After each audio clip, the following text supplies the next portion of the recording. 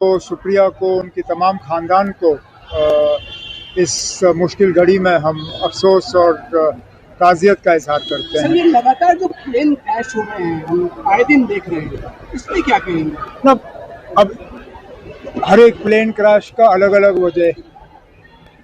इस plane crash में क्या हुआ, अभी शायद हम में से किसी को इस पर टिप्पणी करनी नहीं चाहिए। इसमें तहकीकात हो, इंक्वायरी हो, उसके बाद पता चलेगा क्या जहाज़ में ख़राबी थी, क्या मौसम ख़राब था, कोई और वजह थी, आखिर देखते हैं।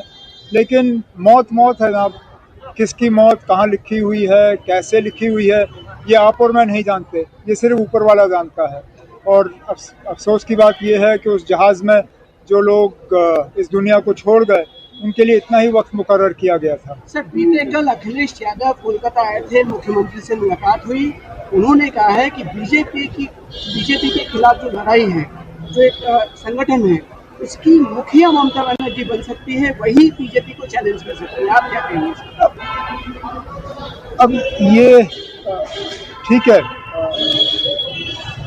अखिलेश जी का ये कहना अपने आप में गलत नहीं है, लेकिन ये हम सबको मिल बैठ के फैसला करना होगा। ये इन चीज़ों का फैसला